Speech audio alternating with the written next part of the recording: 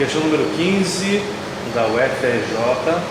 Quantos números de 4 algarismos podemos formar, nos quais o algarismo 2 aparece ao menos uma vez, pelo menos uma vez, no mínimo uma vez?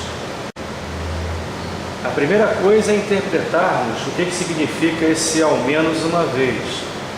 Ao menos uma vez quer dizer pelo menos uma vez ou mais. Isso quer dizer que o 2 pode aparecer uma vez só, como por exemplo no número 3217. Nesse número 2 apareceu uma vez só, tá tranquilo, beleza. O 2 pode aparecer também duas vezes, por exemplo no número 5282, ok? Ele apareceu duas vezes, maravilha, sem problema nenhum. Pode aparecer 3 vezes, por exemplo no número 2122, e pode aparecer as 4 vezes, nos 4 algarismos, como é o caso do número 2222. Número esse no qual o algarismo 2 aparece 4 vezes. Então, o que é aparecer ao menos uma vez? É aparecer uma vez ou mais. Eu preciso que você perceba uma coisa importantíssima. Esse exercício, ele, para ser resolvido, a gente precisa de abordar 4 cenários diferentes. 4 possibilidades diferentes para satisfazer a pergunta. Como assim? Não entendi. O primeiro cenário seria calcular em quantos números o algarismo 2 aparece exatamente uma vez. O segundo cenário seria descobrir em quantos números o algarismo 2 aparece exatamente 2 vezes.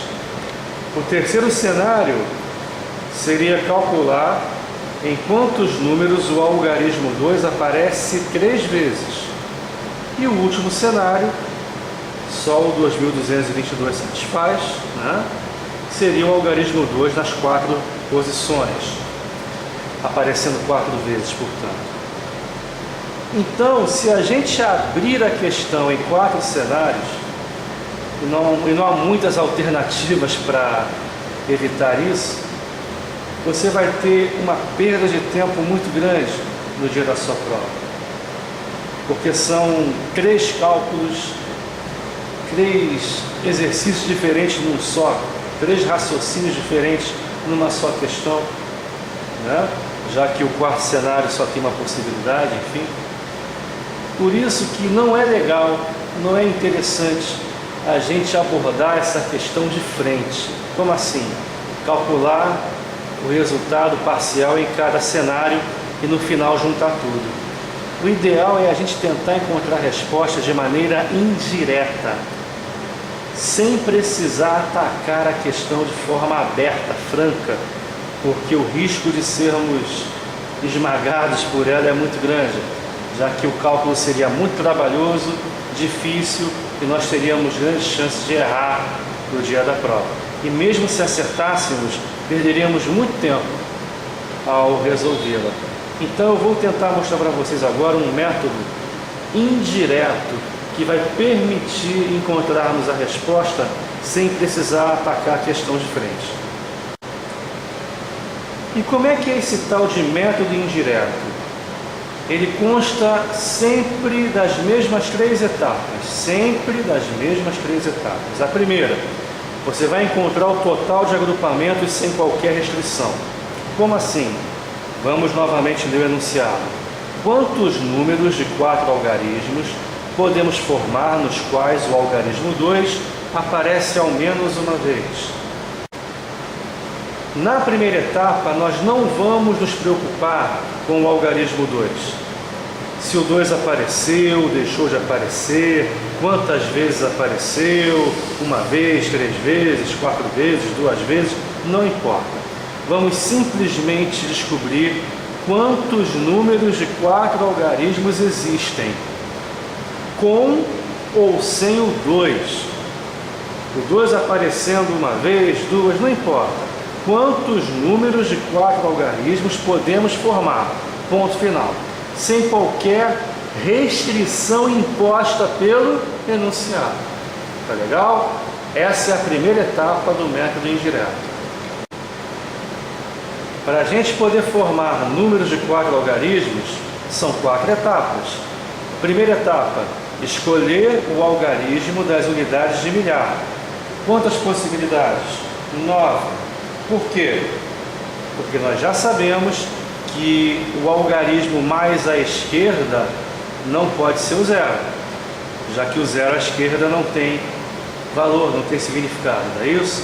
O número 0,814 na prática possui 3 algarismos e não 4, não é isso? Então, para escolher o algarismo das unidades de milhar, são 9 possibilidades. Qualquer algarismo do 1 ao 9, só não pode o zero, beleza? Segunda etapa, escolher o algarismo das centenas. 10 possibilidades, qualquer um dos 10 algarismos de 0 a 9 pode ser o seu escolhido, tanto faz. A mesma coisa ocorre em relação ao algarismo das dezenas, 10 possibilidades, e também em relação ao algarismo das unidades, 10 possibilidades. Os 4 algarismos juntos, pelo princípio fundamental da contagem, 9 vezes 10 vezes 10 vezes 10 dá 9.000 números. Então, ao todo, existem 9.000 números de 4 algarismos, do 1000 ao 9.999. Mais uma vez, primeira etapa do método indireto. Você vai encontrar o total sem qualquer tipo de restrição imposta pelo enunciado. Quantos números de 4 algarismos você pode formar? Tanto faz se o 2 vai aparecer ou não. A segunda etapa do método indireto é a mais importante. Você não vai encontrar o que você quer, o que o problema lhe pediu, e sim o que você não quer. O contrário. Você não vai achar o que o problema lhe pediu, você vai achar o que o problema não lhe pediu. Você vai achar o que não pode acontecer, o que não serve ao problema, o que não satisfaz a pergunta da questão. E qual foi a pergunta da questão? Quantos números de 4 algarismos podemos formar nos quais o algarismo 2 aparece ao menos uma vez, no mínimo uma vez ou mais, conforme já comentamos anteriormente. O 2 pode aparecer uma vez só, por exemplo, 1234 é um número que serve. Ele pode aparecer 2 vezes, por exemplo, 5272. Ele pode aparecer 3 vezes, por exemplo, no número 7222, e pode aparecer as 4 vezes, como no caso 2222. Agora, o que não pode acontecer, o que está proibido pelo enunciado, é o algarismo 2 não aparecer nenhuma vez. Se o 2 não aparecer nenhuma vez, eu não vou satisfazer a pergunta do enunciado. Por exemplo, no número 5837, o 2 não aparece nenhuma vez. Sendo assim, é um número que não satisfaz ao enunciado. Por isso, eu preciso descobrir quantos números de 4 algarismos existem, nos quais o 2 não aparece nenhuma vez. O 2 está proibido de aparecer. Tudo se passa como se nós não tivéssemos 10 algarismos, só 9. O 0, 1, o 3, pulando 2, 4, 5, 6, 7, 8 e 9. Não é isso? Você vai ignorar a presença do 2, a existência do 2, e vai descobrir quantos números de 4 algarismos você consegue formar sem ele. O algarismo das unidades do milhar pode ser escolhido de 8 maneiras diferentes. Lembrando que agora não são 10 algarismos disponíveis, são só 9. Você excluiu o 2 da brincadeira, o 2 está fora da questão. Só que o 0 também não pode entrar, não é isso? Conforme você já sabe. Então, 8 possibilidades no milhar. Não pode nem o 0, nem o 2. Nas centenas, dezenas e unidades, só não pode entrar o 2, já que o 2 está fora da brincadeira. Então, 9 possibilidades na centena, 9 nas dezenas, 9 nas unidades. Pelo princípio fundamental da contagem, você tem 5.832 números, do 1.000 ao 9.999, nos quais o 2 não aparece nenhuma vez. Ou seja, 5.832 números que não nos interessam. Ora, no primeiro passo você descobriu o total de números sem qualquer restrição, 9.000. No segundo passo você descobriu quantos números não interessam, quantos números não servem, 5.832. Portanto, a diferença entre esses valores será a quantidade de números que servem, a quantidade de números que nos interessam. Beleza? Então, a quantidade pedida será 9.000 menos 5.832. Vai dar 3.168 números. Beleza? Então, método indireto. Primeira etapa, total sem qualquer restrição. Segunda etapa, o que o enunciado proibiu, que você não pode ter de acordo com a pergunta da questão. Terceira etapa, a diferença entre os valores que você obteve na primeira e segunda etapas irá fornecer a resposta à quantidade de números que lhe interessa. Beleza? Maravilha! Próximo exercício é muito interessante, da Fundação Getúlio Vargas. Uma pessoa vai retirar dinheiro num caixa eletrônico de um banco, mas na hora de digitar a senha, esquece-se do número. Ela lembra que o número tem 5 algarismos, começa com 6, não tem algarismos repetidos e tem o algarismo 7 em alguma posição. O número máximo de tentativas para acertar a senha é... Vamos lá, devagar. Uma pessoa vai retirar dinheiro num caixa eletrônico de um banco, mas na hora de digitar a senha, esquece-se do número. Vamos lá. Ela lembra que o número tem 5 algarismos. Então, para a gente definir a senha, são 5 etapas a cumprir, já que são 5 algarismos. Ok? Segunda informação. A senha começa com 6. Isso quer dizer que não importa a senha, eu já sei que o primeiro algarismo, o das dezenas de milhar, né, o quinto da direita para a esquerda, é necessariamente o 6. Ela lembrou que o primeiro algarismo é o 6. Mais uma informação. A senha não tem algarismos repetidos, quer dizer, o 6 não vai voltar em nenhuma outra posição, não vai aparecer mais, só na primeira posição. Agora, o que torna a questão interessante, um pouco mais complexa, é a última informação. Aqui diz que o algarismo 7, ele vai aparecer na senha em alguma posição. Em alguma posição. Aí eu preciso que você interprete essa informação. O que ele quer dizer com isso? O algarismo 7 aparecendo em alguma posição. O 7, ele pode aparecer na segunda posição, ele pode aparecer na terceira posição, pode aparecer na quarta ou também na quinta posição. O que não pode acontecer é o 7 vir na primeira posição, já que a primeira posição já é ocupada pelo 6, beleza? Então o 7, ele pode vir ou na unidade de milhar, ou nas centenas, ou nas dezenas, ou nas unidades. Há 4 possibilidades para o 7. O problema é que você não pode, a priori, dizer na lata, vamos dizer assim, português claro, em que posição o 7 está. Você não tem condições de afirmar que o 7 está na terceira posição, ou na segunda, ou na quarta. Por isso você vai precisar abrir o problema em 4 cenários.